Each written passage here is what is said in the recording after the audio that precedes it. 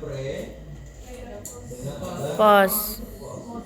Kemudian kita ini misalnya judulnya dengan judul yang pengaruh, ini judulnya ya, pengaruh refleksi terhadap kualitas tidur. Pengaruh refleksi terhadap kualitas tidur berarti ini adalah independen, ini adalah dependen. Nah, misalnya pada pasien hati. Lah sepira. Jadi ingat, kita fokusnya di sini aja. Pasiennya di belakang bisa siapa saja. Nah, dalam judul penelitian, boleh mungkin ada di sini 5 orang dengan judul pengaruh terhadap Y, tapi pasiennya beda. Itu boleh. Ya. Nah, sekarang ini di sini uji kita akan ditentukan oleh desain penelitian. Desain penelitian ditentukan oleh siapa? Nah, sekarang di sini dengan judul yang sama, pengaruh refleksi terhadap kualitas tidur pasien hadir. Sama ya judulnya ya? Tahu nggak? Sama. Nah, di sini desain saya adalah pre-eksperimental atau nama lainnya adalah kuasi eksperimental dengan pendekatan tanpa grup kontrol ya, tanpa kontrol grup.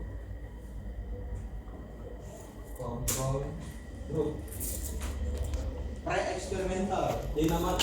Jadi gini, dengan judul yang sama, tapi Ari Batu dia desainnya pre-eksperimental dengan pendekatan atau cause eksperimen without control group, tanpa ada kelompok kontrol. Kalau tidak ada kelompok kontrol, berarti hanya akan ada kelompok intervensi. Semuanya akan dipijat satu kelas ini. Berarti data yang muncul hanya adalah pre dan post di intervensi. Paham? Sekarang NK dengan judul yang sama, tapi dia butuh kontrol. Berarti dia misalnya desainnya adalah kuasi eksperimental with control group. Bisa seperti nggak mesti trial, namanya kuasi bukan trial, ya. Nah, dia ada kontrolnya. Berarti dia banyak seperti ini dia. Ini kelompok intervensi, ini kelompok kontrol. Makanya namanya uji komparatif dua kelompok. Ada kelompok intervensi, ada kelompok dua kelompok tidak berpasangan. Karena ada kelompok intervensi, ada kelompok kontrol. Kalau ini dia tetap dua kelompok pre dengan kelompok post, tapi dia berpasangan. Kalau di sini dia tidak berpasangan. Namanya uji kompermin. Nama lengkapnya uji komparatif, rata-rata dua kelompok tidak berpasangan. Ingat ya, dengan judul yang sama kita bisa membuat banyak analisis. Dengan judul yang sama kita bisa ciskuatkan, kita bisa profesionalkan. Makanya dari awal saya memberikan satu topik saja, tapi itu bisa kita analisis berbagai macam. Nah, oke, ada kelompok intervensi, ada kelompok kontrol. Berarti kelompok intervensi akan ada T non intervensi. Kemudian X ini intervensi, artinya X itu diberikan intervensi. Kemudian T 1 intervensi. Di sini berarti akan ada T0, bisa kode aja ya, kontrol, diberikan intervensi, kemudian T1 kontrol. Data kita nanti bentuknya seperti ini. Apa maksudnya nanti data kita seperti ini? Saya ingin tahu ya. Di sini adalah data pre, di sini adalah data post. Sama di sini juga akan ada pre-nya, akan ada Postnya. Paham? Paham sampai di sini? Paham? Ya. Saya mau contohkan yang lain dengan judul yang kemarin. Yang hubungan jenis kelamin. Mana ya? Mana papan?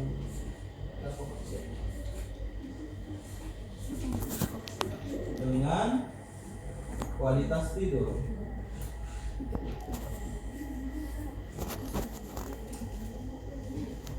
Ini lihat ya, hubungan jenis kelamin dengan kualitas tidur. Kira-kira uji apa yang kita lakukan? Ini datanya kira-kira apa nih? Kategori. Di sini kualitas tidur. Numerik. Kalau dia kategori, berarti nanti kita uji apa? Bukan, lupa lagi. Ini judul yang saya flashback nih. Ada judul hubungan jenis kelamin dengan kualitas tidur. Jenis kelamin kan laki-laki perempuan kategori dong. Kualitas tidur, kalau saya kategorikan, maka ini uji apa yang kita lakukan? Nama ujinya uji kategori uji C-square. ya. Kategori C-square. square. Benar nggak? Benar. Benar nggak? Ya benar ya. Kategori berarti C-square. Ada nggak uji korelasinya? Mungkin nggak kita lakukan uji korelasi? Tidak mungkin, karena pasti jenis kelamin nggak ada jenis kelamin yang Numerik. Nah, yang ada adalah kualitas tidur. Kalau saya jadikan data numerik, maka kita lakukan uji apa?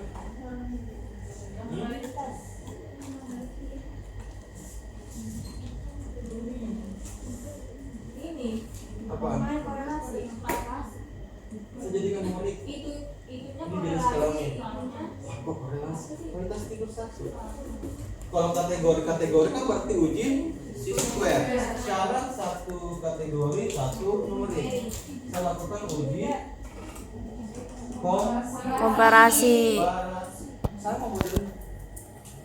Tapi di sini ada prepos, di sini ada jenis kelamin sebagai compare-nya.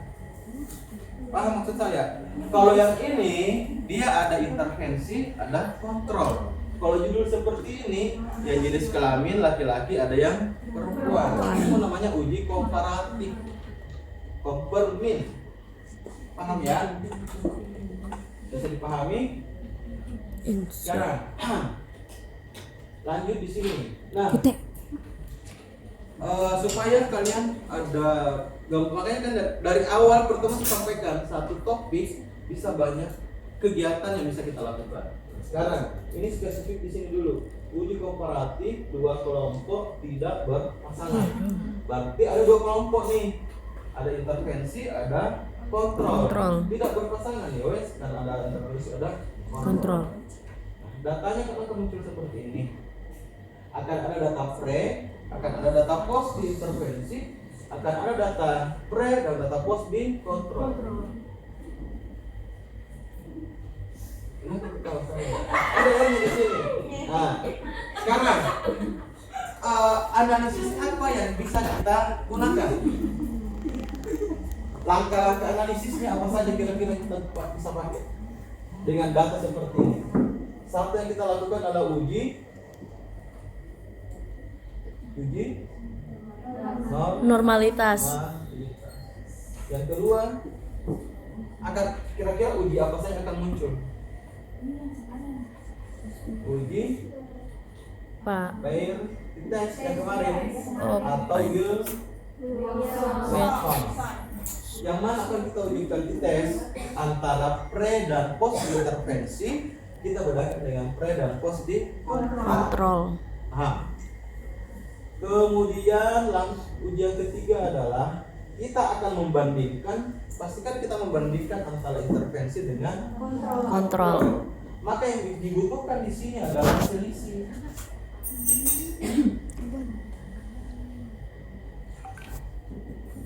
Atau namanya nilai delta. Paham sampai di situ? Yang kita analisis bukan nilai, saya ulang ya, uji normalitas, uji parity test untuk kelompok intervensi sendiri, uji parity, kontrol sendiri, sama dengan proses yang kemarin. Masing-masing kelompok, oke, ini saya uji pair, ini juga uji pair, uji berapa? Ada nggak kira-kira bedanya di intervensi sebelum dan sesudah? Di kontrol juga ada nggak bedanya? Paham? Ada, paham. Dalam satu penelitian kan kita ingin seperti itu. oh yang ini kelompok intervensi, ini kelompok kontrol. Sekarang saya mau lihat pijat ini berpengaruh nggak ya terhadap kelompok intervensi? Oh ternyata secara desain ini dia ada bedanya antara pre dengan post. Oh di kontrol ternyata tidak ada bedanya, sama aja. Itu kan tujuan kita karena dia kontrol. Harapan kita seperti itu, harapan ya. Tapi kan nanti dianalisis itu beda. Nah, paham langkah kedua.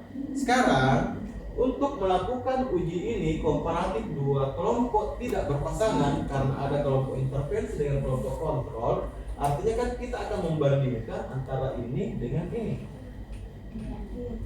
Kita akan membandingkan intervensi dengan kontrol. Apakah beda atau tidak?